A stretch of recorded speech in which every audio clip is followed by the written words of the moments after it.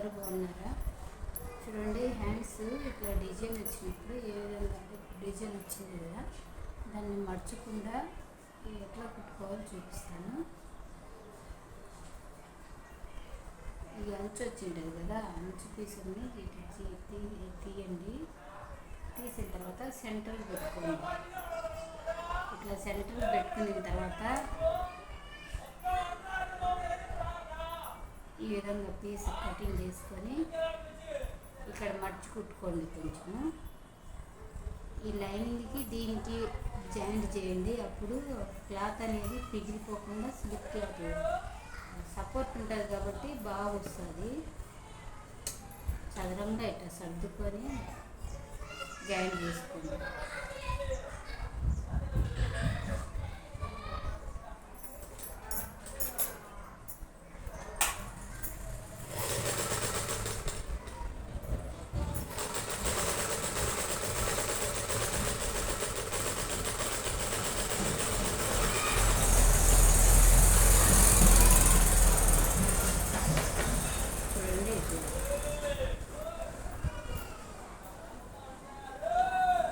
ఇది సపోర్ట్ ఉంటుంది కాబట్టి ఇది క్లాత్ అనేది పిగిలిపోకుండా స్ట్రాంగ్గా ఉంటుంది.